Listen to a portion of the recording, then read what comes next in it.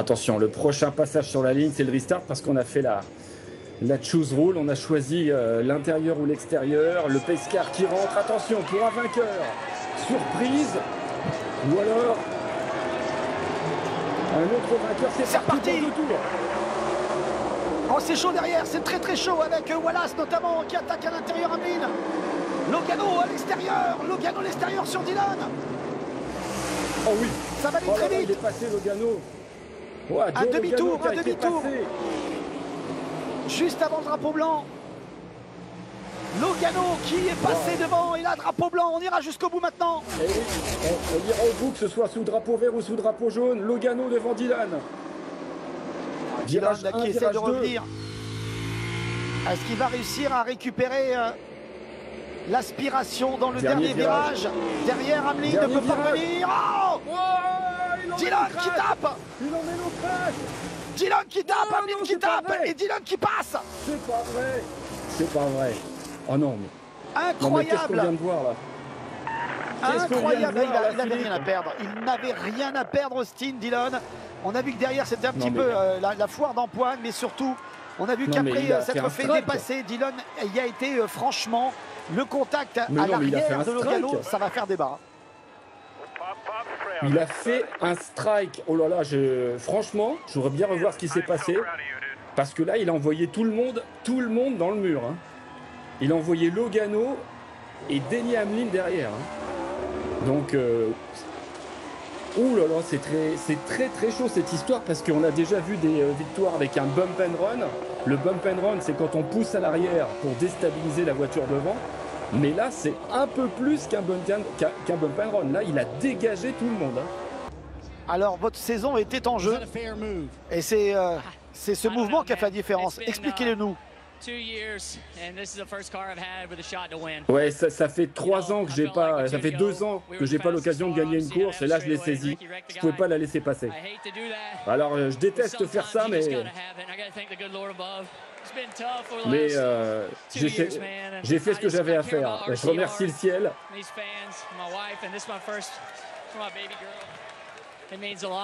Voilà, ça veut dire beaucoup pour ma famille, pour ma femme. Oh là là.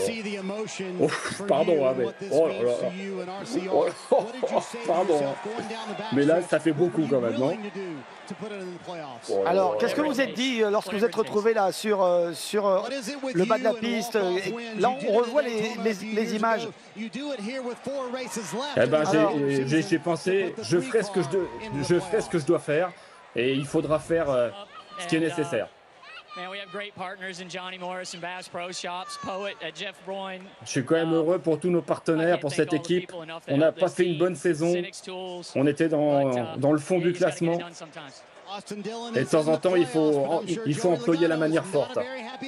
Alors Austin Dillon, c'est officiel, est dans les playoffs. Et on va essayer d'avoir peut-être le retour de Joey Logano. Alors c'est vrai que votre saison n'était pas en jeu là sur ce qui s'est passé, mais qu'est-ce que vous avez à dire? Alors il est 4 longueurs derrière, c'est pas un bump and run, il me met dehors. Non mais c'est... Voilà. Je veux bien avoir un bump and run, mais être balancé comme ça, c'est pas de la NASCAR, c'est pas de la course. C'est ridicule. Voilà, si c'est comme ça qu'on fait la course, ok, bah on va faire ça toutes les semaines. S'il était sur mon pare-choc, je veux bien, parce que tout le monde le fait, moi y compris. Mais c'est vraiment un abruti d'avoir fait ça et de s'être lancé dans le virage. Ouais. On verra bien ce qui se passe par la suite. Oui, parce que forcément, tout le monde pense que Logano va pas en rester là. On connaît son caractère. Bah, moi, je vais vous dire ce que j'en pense. S'il n'y avait eu que le bump sur Joey Logano, on a déjà eu ce genre de situation. C'est déjà limite. Hein, là, on est dans le, on est vraiment. C'est plus qu'un bump. Hein. Mais là, c'est plus qu'un bump. Mais il y en a eu deux. C'est-à-dire qu'il y en a eu deux. C'est-à-dire qu'il a vraiment protégé sa première place en bumpant celui qui est devant lui et celui qui allait passer devant lui. Donc là, on a vraiment l'impression que c'est complètement volontaire et on n'est pas du tout dans le close racing. On est vraiment dans le dégage là, dégage-toi que je lui mette. Ouais, il a saisi sa chance. Qu'est-ce que vous en pensez? Il a dit qu'il avait envie de se... se qualifier pour les playoffs.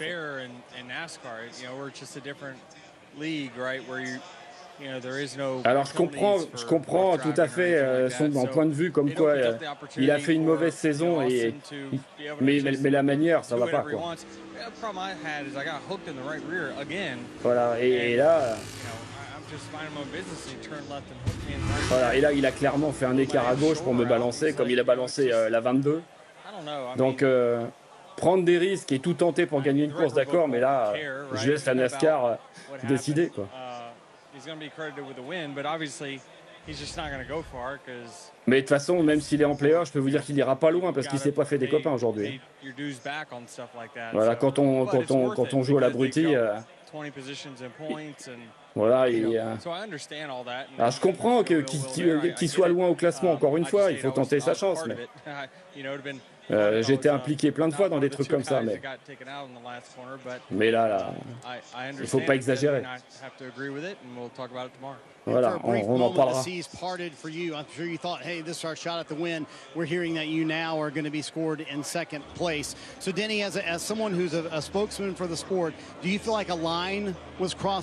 Alors vous qui avez l'habitude d'être très franc dans vos différents postes, est-ce que vous pensez que là, Austin Dillon a dépassé les limites? Voilà, en fait, c'est une ligne invisible. C'est la NASCAR qui doit la tracer.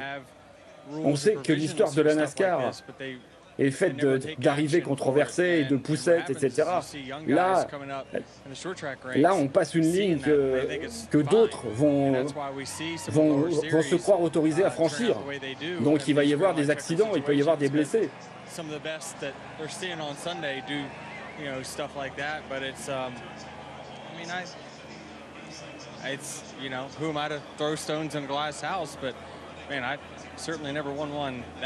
Voilà, moi j'ai jamais voulu gagner de cette manière en tout cas.